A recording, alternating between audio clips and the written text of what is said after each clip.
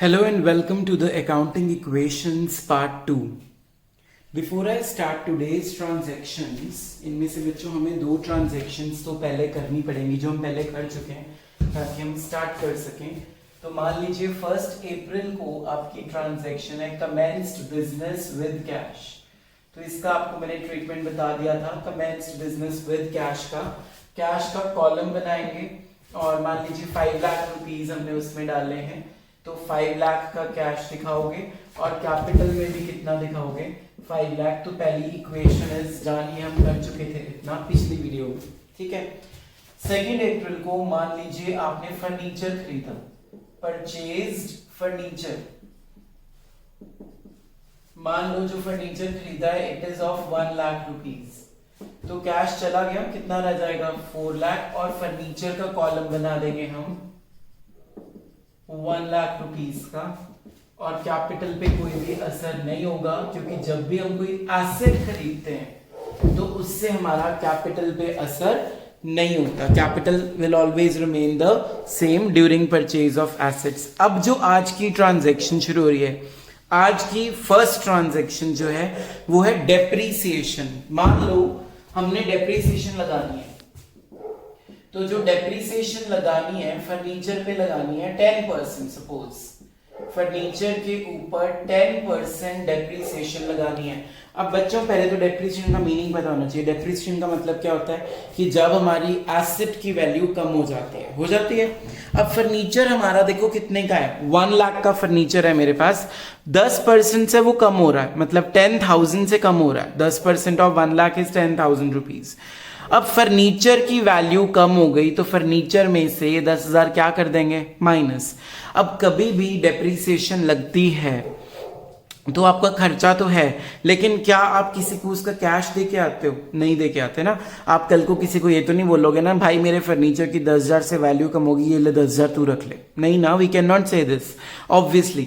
तो हम क्या करें, सेकेंड इफेक्ट हमारा लॉस हो गया एक तरह से. तो एग्जैक्टली जो आपके माइंड में आ रही है बात, कैपिटल में से वो क्या हो जाएगा माइनस. तो ट्रीटमेंट ऑफ डेप्रीसिएशन की ट्रीटमेंट क्या होगी, पहला अफेक्ट उस एसेट में से माइनस और दूसरा अफेक्ट क्या होगा कि कैपिटल से एज एन एक्सपेंस है उसको क्या कर देंगे माइनस कर देंगे. तो कैश विल रिमेन सेम. 10,000 से कम हो गया तो फर्नीचर रह गया 90,000 और इसमें से 10,000 कम हो गया तो ये रह गया 4,90,000. तो ये हो गई हमारी third transaction complete. 4 lakh plus 90 is equals to 4,90,000 rupees. तो 3 इक्वेशंस हमने अब कर ली हैं. चलते हैं अगली ट्रांजैक्शन पे. जो अगली ट्रांजैक्शन है वो भी आपने की हुई है, लेकिन आज मैं आपको थोड़ा सा रूल बताऊंगा. मान लो 4 अप्रैल को आपने गुड्स परचेज की हैं, परचेज्ड गुड्स है ना, लेकिन इसके साथ ना उन्होंने नाम दे दिया purchased goods from Noor and company. तो हमें एक कंपनी का नाम दे दिया उसने. जब भी याद रखना किसी भी कंपनी का नाम दिया होगा है ना, तो मतलब कि हमने अभी उनको कैश पेमेंट नहीं की.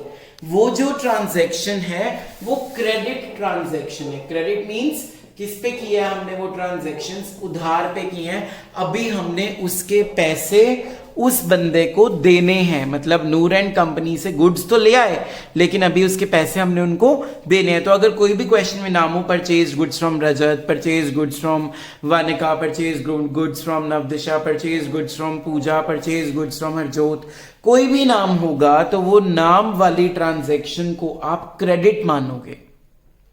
ठीक है. लेकिन अगर मैं लिख दूं purchase goods from Rahul for cash, तो राहुल के साथ कैश वर्ड भी आ गया ना, तो ये जो कैश आ गया अब ये क्रेडिट ट्रांजैक्शन नहीं है, मतलब अब आपने कैश दे दिया है. तो अब मेरी जो ट्रांजैक्शन है उसको ध्यान से पढ़िए. It is purchased goods from Noor and company, let it be 50,000. हमने जो गुड्स खरीदे हैं वो 50,000 रुपीज के खरीदे हैं. अब बच्चों जब मैंने उधार पे सामान लिया है तो मेरा कैश तो क्या रहेगा सेम, और मेरे फर्नीचर भी क्या रहेगा सेम. अब मेरे पास आ जाएगा स्टॉक ऑफ गुड्स. जो स्टॉक ऑफ गुड्स है वो भी मेरी एसेट है कि नहीं है. तो 50,000 के गुड्स आ गए as my inventories, as my stock of raw materials. लेकिन अभी मैंने उसके पैसे देने हैं, तो जिसको हमने पैसे देने होते हैं वो हमारा क्रेडिटर होता है, क्रेडिटर हमारी लायबिलिटी होती है। तो हम क्रेडिटर्स का कॉलम बनाएंगे, यहाँ पे लायबिलिटीज शुरू हो गई तो हम क्रेडिटर्स में लिख देंगे 50,000 जिसका नाम है Noor and company. Capital will remain the same 4,90,000 as it is copied. तो अब आप चेक कर सकते हो 4,90,000 प्लस 50 और यहाँ पे भी वही बनेगा 4,90,000 प्लस 50 लायबिलिटीज प्लस कैपिटल। तो इसका टोटल इन तीनों के टोटल के बिल्कुल इक्वल ही होगा। ठीक है, तो अगली ट्रांजैक्शन करते हैं। फिफ्थ ट्रांजैक्शन मान लीजिए 5 अप्रैल को की है। परचेज्ड फर्नीचर फ्रॉम राहुल, हमने फर्नीचर लिया है राहुल से, है, और फिर से हमने 1 लाख का फर्नीचर ले लिया। तो बच्चों कैश फिर से सेम होगा क्योंकि Rahul is also the name, ये भी क्रेडिट में मानेंगे। फर्नीचर पहले 90,000 का था, 1 लाख का और आ गया तो कितना हो जाएगा 1,90,000। स्टॉक उतने का उतना रहेगा। क्रेडिटर्स में राहुल को भी पैसे देने हैं तो 1 लाख के क्रेडिटर्स भी ऐड हो जाएंगे। Capital will remain the same. आप फिर से टोटल करके देखना, जो लेफ्ट हैंड साइड है वो किसके इक्वल मिलेगी आपको, राइट हैंड साइड के। तो हमारी यहाँ पे भी इक्वेशन क्या हो गई, मैच। यहां तक समझ आ गया।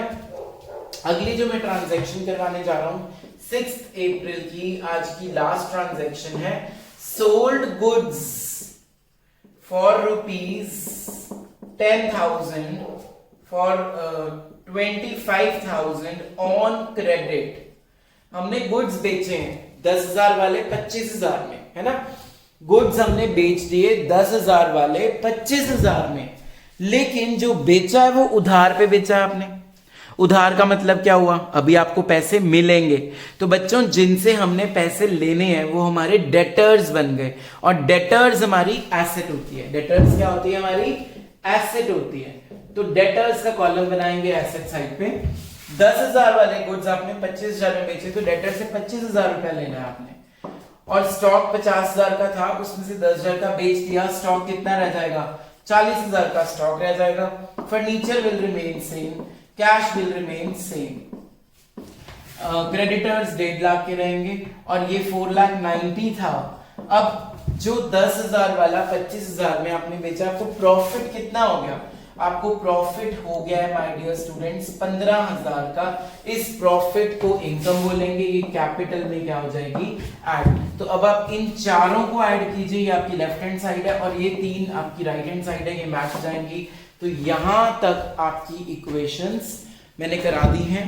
आज की टॉपिक में सिर्फ एक डेप्रिसिएशन नई चीज थी, और मैंने आपको ये बताया है ट्रांजैक्शन में जब भी नाम लिखा होगा बंदे का तो वो उधार पे है, और जब हमने परचेज किया होगा तो वो हमारी लायबिलिटी बनेगी, जब हमने बेचा होगा तब वो हमारी एसेट बनेगी। तो आज की क्लास बहुत ही शानदार थी, बहुत ही छोटी सी थी। आपको मैंने पार्ट 2 में जो बताया है वो सिर्फ ये बताया है कि जब भी किसी चीज पे डेप्रिसिएशन लगती है तो उस केस में आप कैश नहीं देते हो, आपका कैश सेम ही रहता है, लेकिन आपका एसेट की वैल्यू कम होती है, और दूसरा वो आपका लॉस है तो आपका कैपिटल में से क्या हो जाएगा माय डियर स्टूडेंट्स, माइनस। और फिर हमने करा कि हमने कोई भी एसेट खरीदी, गुड्स खरीदी उधार पे, तो हमने उस बंदे को वो पैसे अभी देने हैं, तो उसका कॉलम बनेगा, किसमें बनेगा, क्रेडिटर्स के अंदर वो कॉलम बनेगा। और अगर आपने कोई गुड्स बेचे हैं तो प्रॉफिट ऐड हो जाएगा कैपिटल में, अगर लॉस होता तो क्या कर देते, माइनस। और जितने पैसे आपने लेने हैं, जिनसे हमने पैसे लेने होते हैं वो हमारे क्या होते हैं, डेटर्स होते हैं, तो डेटर्स को हम एसेट्स में ऐड कर देंगे। तो आज का ये क्लास वर्क आप नोट डाउन कीजिए अच्छे से, and thank you for listening to me and being with me.